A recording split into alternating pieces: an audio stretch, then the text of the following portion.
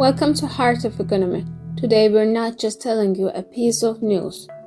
What we're about to discuss is a silent crisis striking at the very heart of Europe. The Eurozone's trade surplus has collapsed, but this number isn't just a chart. It's a sign that Europe's entire economic model is being shaken to its core.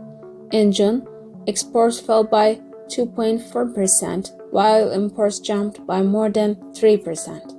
In just 1 month, the trade surplus plunged from 15 billion euro to 2.8 billion euro.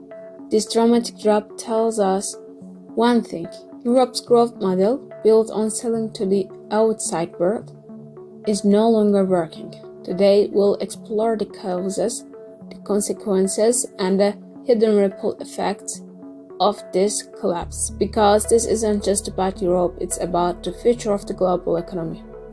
The United States has struck a heavy blow to the heart of Europe. For years, Europe's pride industries are now being crushed under tariffs.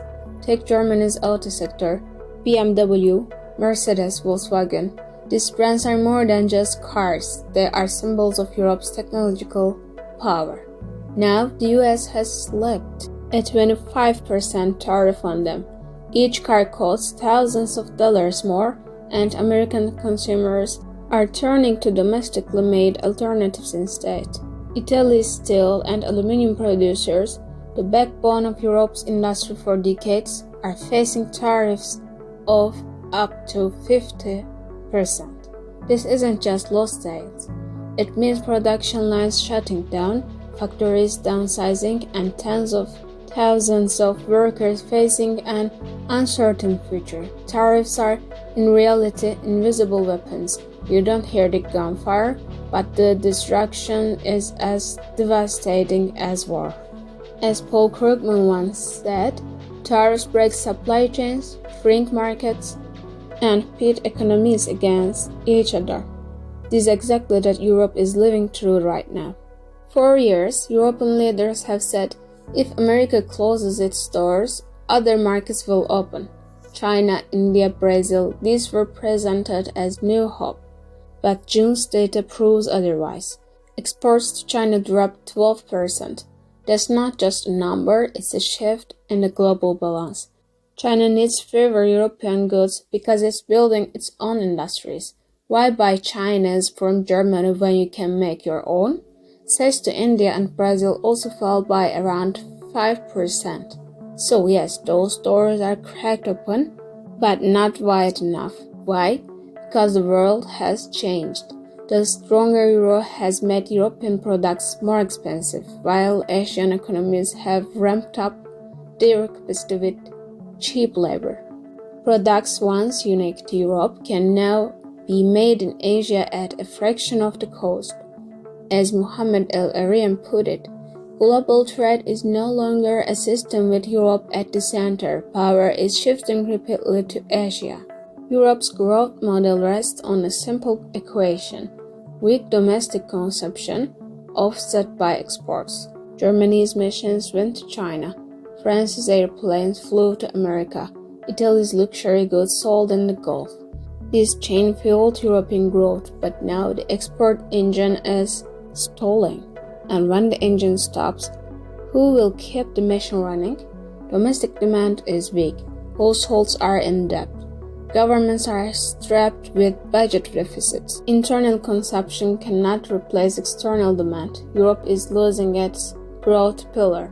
This isn't just an economic crisis, it's an identity crisis. Europe's motto, "We produce, we sell," is breaking down. For the first time, Europe's future looks truly uncertain. A car factory shuts down. Workers lose their jobs. The unemployed can't pay their debts. Families cut back spending.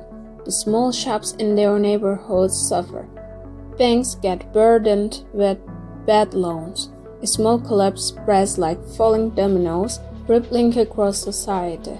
And it doesn't stop there, it spills into politics. The rise of populist parties across Europe is no coincidence. People are saying the system isn't working. As this narrative spreads, The very political foundation of the European Union is being shaken.